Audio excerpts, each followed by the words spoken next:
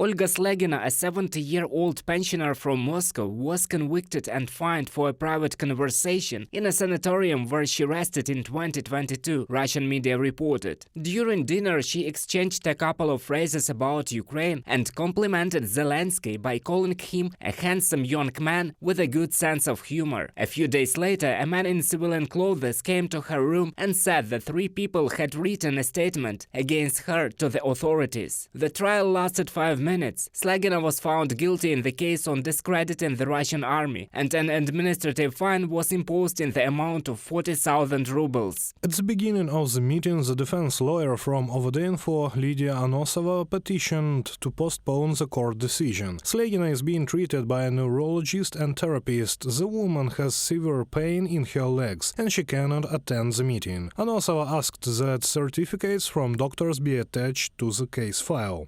The judge considered that the treatment is not a good reason. Slegina is not in intensive care, walks alive, healthy, she said, from the message of the Human Rights Center Memorial on Telegram. The publication Current Time writes that cases of denunciations of people with anti-war views have become more frequent in Russia. According to Roskomnadzor in 2022, the Russians wrote almost 145,000 denunciations. So the parents of a schoolboy reported on a children's writer from St. Petersburg. The man spoke to the pupils at school. The boy bought the writer's book, Chasing the Ghost of St. Petersburg. One of the characters is called Alexei, and he is in prison. Parents drew parallel with politician Alexei Navalny and wrote an angry letter to the school administration, the writer's daughter told the publication.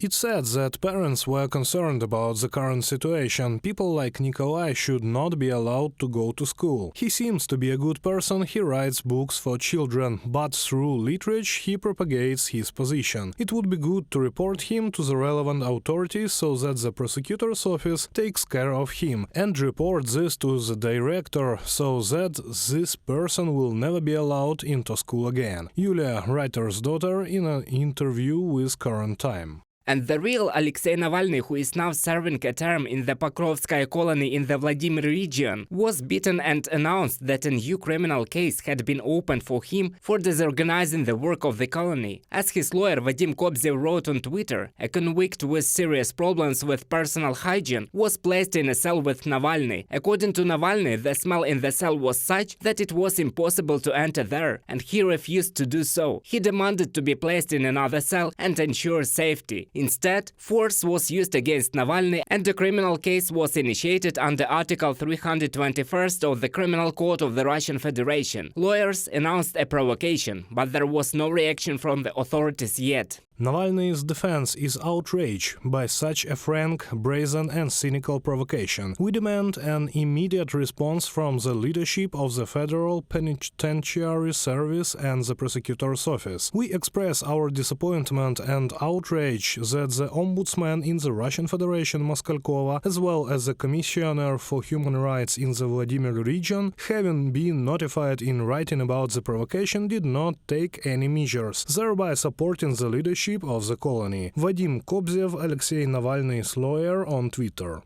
Oleg Orlov, co-chairman of the Memorial Human Rights Center, was charged with repeated discrediting the army. On March 21st, he and 8 other human rights defenders were interrogated and searched in the offices of Memorial.